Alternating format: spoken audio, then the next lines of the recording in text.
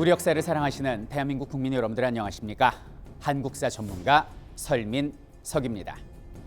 55년 전에 이 땅에서는 빼앗긴 민주주의의 권리를 되찾고자 우리 국민들이 목숨을 걸고 4.19 혁명을 일으켰습니다. 자, 1960년 4월 19일 그날 이 땅에서는 과연 어떤 일이 일어나고 있었는지 지금부터 살펴보도록 하겠습니다.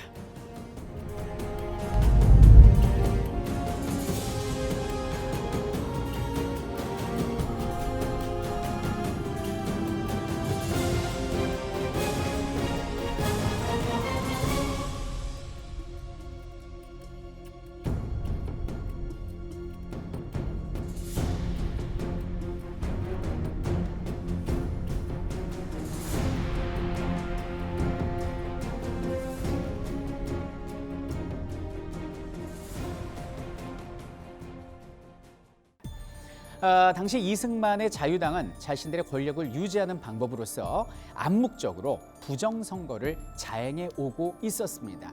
그런 것이 계속 곪다가 결국은 썩어서 터져버린 사건이 바로 1960년 3월 15일 날 치러진 제4대 정부통령 선거였는데요. 이 부정선거에 반발해서 우리 국민들이 일으킨 혁명이 바로 4.19 혁명이다. 이렇게 이해를 하시면 되겠습니다. 부정선거의 내용은 당시 한 말단 경찰관이 비밀 지령을 양심선언으로 고백하면서 세상에 알려지게 되는데요. 내용이 말도 안 되는 겁니다. 이런 거예요. 사할선 투표라는 게 있습니다. 지역구에 예를 들어서 유권자가 100명이 산다. 그러면 마을 사람 한 50명 정도한테 미리 돈을 주고 투표 당일날 여행을 간다거나 아니면 집에서 그냥 쉬라고 그래요. 그리고 이제 선관위에서 투표함이 올 게 아닙니까? 거기 한 40표 정도가 미리 담겨 있는 거죠. 이승만, 이기붕 이런 식으로. 이게 바로 사할 선투표가 되는 것입니다. 또는 3인조, 9인조라는 것이 있습니다. 연세가 좀 지긋하신 할머니하고 할아버지들이 이렇게 모셔가지고 면장하고 이장이 일일이 이승만과 이기붕을 기표를 하게 해요. 그래서 그걸 검사를 합니다. 그리고 투표함에 집어넣는 형식이죠. 이게 무슨 선거입니까? 완전 퍼포먼스지요. 그리고 이 표를 개표를 하지 않습니까? 이 수개표를 하는데요. 조금 요 개표 결과가 불리하다 싶지 않습니까? 그러면 야당 참관인을 축출을 하고요. 갑자기 막 정전이 돼요. 이걸 올빼미라고 부르는데 정전을 한 상황에서 여기 있는 투표용지를 바꿔치기 한다든지 더 황당한 게 이제 샌드위치라는 겁니다. 이 먹는 샌드위치가 아니고 100표씩 이렇게 묶음으로 가잖아요. 양쪽에다 이승만, 이기붕 표를 이렇게 딱 끼워 넣는 거죠. 그럼 이 한 뭉치가 통째로 그냥 이승만, 이기붕 표가 되는 이런 말도 안 되는 이것이 바로 3.15 부정선거였다라고 보시면 되겠습니다. 이 3.15 부정선거에 대한 반발은 선거 이전부터 있었습니다. 그 시작이 바로 1960년 2월 28일 대구에서 벌어진 대구 학생 시위가 되겠습니다. 문교부에서 소위 지령이 내려가가지고 대구에 있는 모든 고등학교 학생들을 등교를 시켜라 이렇게 됐어요. 그러니까 선생들이 교문을 가두고 못 가게 하고 그러니까 학생들이 관심이 자꾸 높아지는 거죠. 그래서 거기서 이제 학생 하나가 이거 안 되겠다. 우리가 장명 박사 일서를 보러 왔으니까 한번 가보자. 그리고 교문을 박차고 나간 사건입니다. 이제. 그리고 이제 어떻게 됐냐? 그 다음에는 마산으로 이게 번졌어요. 그 엄밀히 얘기하면 4.19는 고등학교 학생들이 먼저 주축이 된 겁니다. 이게 세계 혁명사에 처음 있는 일이에요.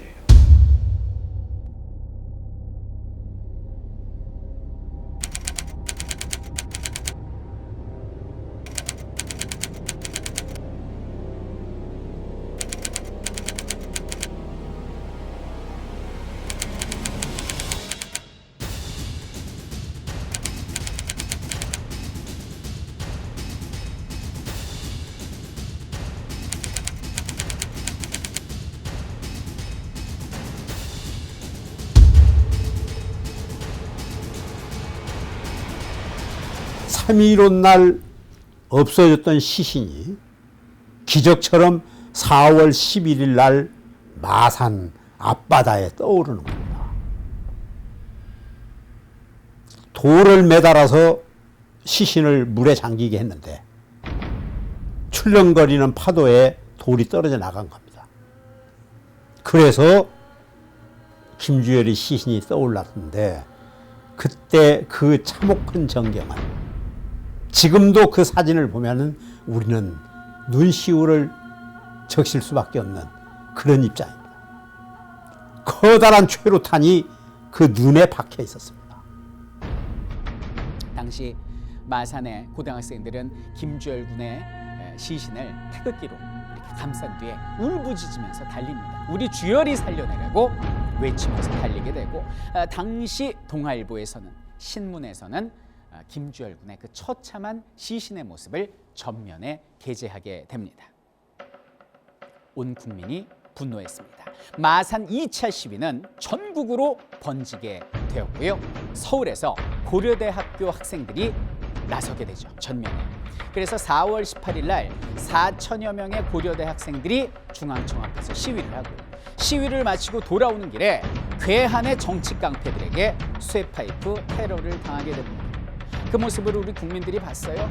내 자식들이 혹은 내 친구가 내 선배가 무참히 구타당하는 모습을 보고 저들이 무슨 잘못이 있길래 왜 맞아야 하느냐 그러면서 우리 국민들이 들고 일어나게 됩니다. 그것이 바로 다음 날인 4월 19일이었습니다.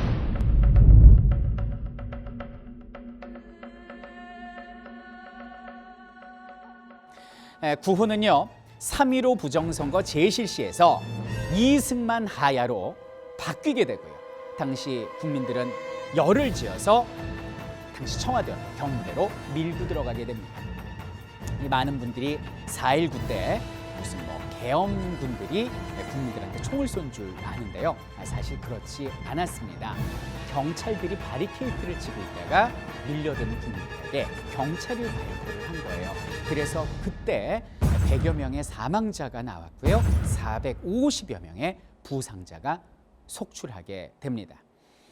당황한 이승만 정권은 당일 3시에 계엄령을 서울에 선포하게 되고요. 당시 계엄군의 탱크와 군인들이 서울 지역에 깔리면서 일단락되는 듯 했습니다. 자, 그런데 우리 국민들의 시위는 계속됐고요. 결국 4월 25일 날 서울대학교에서 교수들이 모여서 시국선언을 하고 시위에 동참을 하게 됩니다. 보통 데모를 말리는 입장의 교수들인데요. 이 교수들까지 시위에 참여했다는 것은 사실상 이승만 정권이 끝이었다. 가장 직격탄이었다라고 보시면 되겠습니다. 야, 이거 큰일 났다라고 생각을 했어요. 그래서 송효찬 전 계엄사령관은 본인이 대통령한테 하야하십시오 라고 말하고 싶었겠지만은 군인의 신분으로서 군 최고 통수권자한테 그런 말씀을 드릴 수가 없는 거죠. 그래서 시민대표 5명을 뽑습니다. 그래서 일반인과 학생들로 구성된 시민대표가 구성되고요. 그들이 대통령을 면담하게 하죠.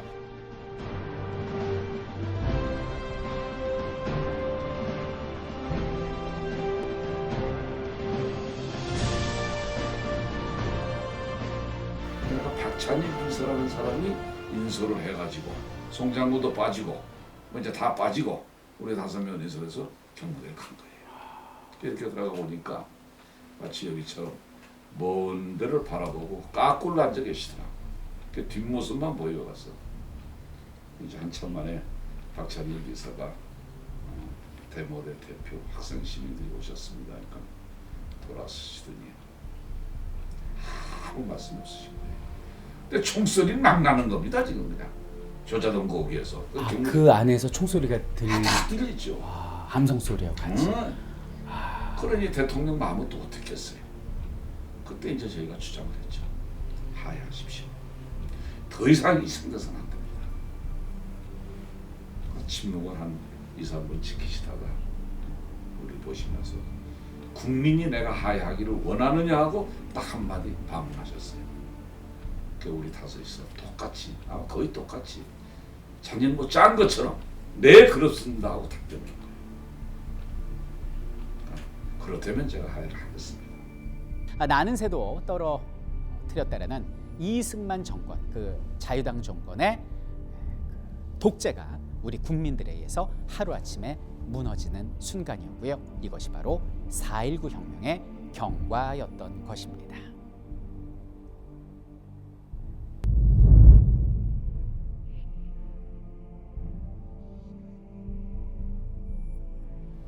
자, 우리는 지금 많은 자유와 권리를 누리고 있습니다. 그런데 이것이 하루아침에 하늘에서 뚝 떨어진 것이 아니죠. 수많은 분들의 피와 땀과 그리고 눈물의 결실이라고 생각을 합니다. 4.19 혁명이 벌어진 지 올해가 55주년이죠. 그분들의 정신을, 그분들의 혼을 다시 한번 우리 가슴속 깊이 되새겨야 하겠습니다.